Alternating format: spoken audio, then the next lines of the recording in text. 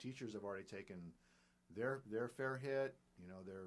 They're still 2 years behind where they would have been if the pay scale had operated as it normally does.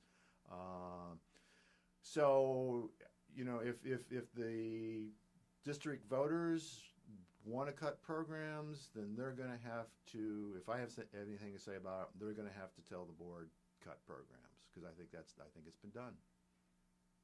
I think that you answered my follow-up question there, which was going to be about if budgets are cut, how can we encourage students, like you were talking about, like making sure the students have opportunities through extra programs? But it sounds like you're saying we bring that to the voters. Yeah, we're gonna have to, and I'll just give you one example that just kind of keeps getting on my head every time I think about it. Everybody on the board, on the current board, and everybody in the administration, and pretty much everybody in the research field, who will differ on the classroom sizes and those kind of questions, will say early childhood education is the necessary condition of closing whatever education disparities there are through time. Okay. Yet the district has cut parents as teachers in half. It doesn't provide pre-K slots to everyone who is eligible, as I understand, my understanding is. And so it's well, okay, if everyone agrees that this has got to be provided, this should be provided, if we're going to have any success in the future of those kids' lives, why are we not paying for it? Why are we not asking voters to pay for that? Why are we not making the case to the community that this is something we should be paying for? It'll be much, much harder for me to figure out what to do if the voters say, well, we don't want to pay a levy increase, and I have to make choices between extracurricular activities and maintaining adequate teacher-student ratios in the classroom. I have said it will probably take me a budget cycle to really appreciate where exactly the money goes. I give the example to someone every month. At the board meeting, on the consent agenda, there will be a page and a half, sometimes 2 pages of itemized expenditures. The board, approves. I mean, these were all expenditures in accordance with the budget. I'm going to assume that's all money that's been wisely spent, that everything's being done in accordance with, purchasing protocol. But if I've had teachers tell me that they ran out of paper last year and went and bought a case of paper to finish up what they were supposed to do, and someone specifically said that the new language arts curriculum program that's been brought in has got specific worksheets that you're supposed to do for the kids or work with, have the kids do.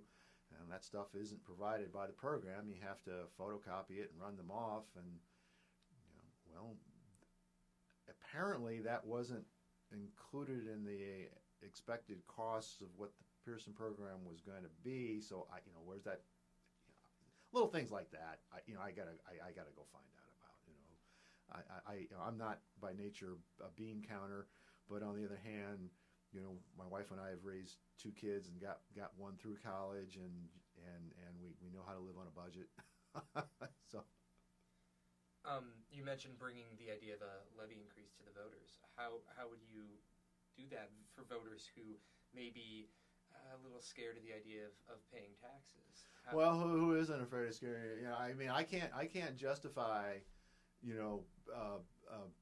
I cannot justify. The using property taxes as the basis of the financial security of the school district.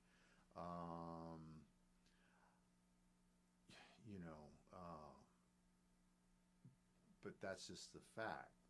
So you have to give people, voters, I think, a specific plan as to what programs are going to be saved and which ones are going to be terminated or cut back if sufficient revenues aren't found. I mean, I mean, the voters, they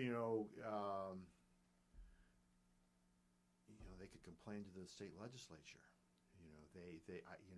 I don't know what to tell voters that say, well, we don't want to pay. I don't like, we're dropping crap on Libya.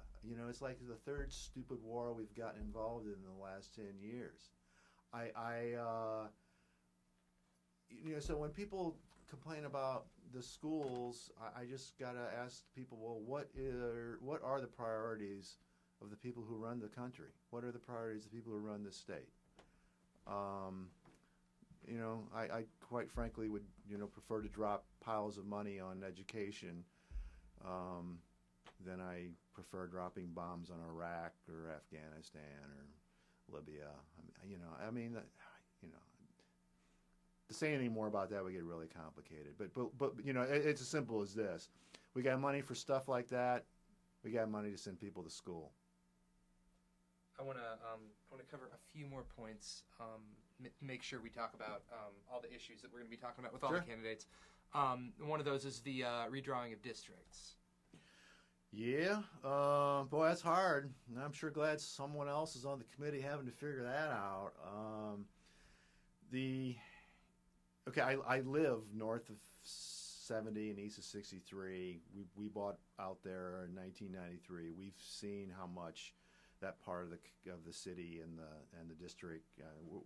We're actually in the county where we're at. We're right in the county. But we've seen how much that part of the district and the city and that part of the county has developed. So I've been pretty sympathetic. I thought it was a pretty good place to put the new high school personally, but I still bump into a couple people that say it's not. They're afraid it's going to wind up being like to the rest of the district the way the career center is to Hickman and now where the new high school is. They're on opposite sides of the place, and that won't be very convenient. So that said, preferably the high schools are going to reflect the makeup of the town, the makeup of the district. That's the first place you go. And there's a lot of research that shows the kids in the schools do better when they're like that. And there's a lot of historical reasons that the African American community in Columbia would be concerned that interest won't be maintained. I also understand all the parents who do believe in integrated schools and do believe in equality of opportunity, and like me know that the roads in this town are some of the most absurd routes anyone can take to get about. Now, since I live north of 63, north of 70 and east of 63, I've made the drive to Gentry when my kids were in middle school there many times, more times than I ever wanted. And when the district was going to put us down to Rockbridge, I was one of the parents that went and said, "Hey, look, I don't really know why, and then because I know how long it can take to get there sometimes, and we are already slated to go to Hickman." And they said, well, it's an integrated community, and you've got free and reduced lunch population, and so the bottom line was it was going to be good for the whiter neighborhood for my neighborhood, to be bused down to Rockbridge. And to which I said, well, y'all should just integrate. I mean, just integrate your neighborhoods, and we'll get past this point. But of course, people can't do that, aren't going to do that, won't do that. So I got a sympathetic ear. The parents are going to complain about that, but there's a committee of people. It's got a couple board members on it. It's got some administrators on it. It's got people from the high school administration, people from the junior highs,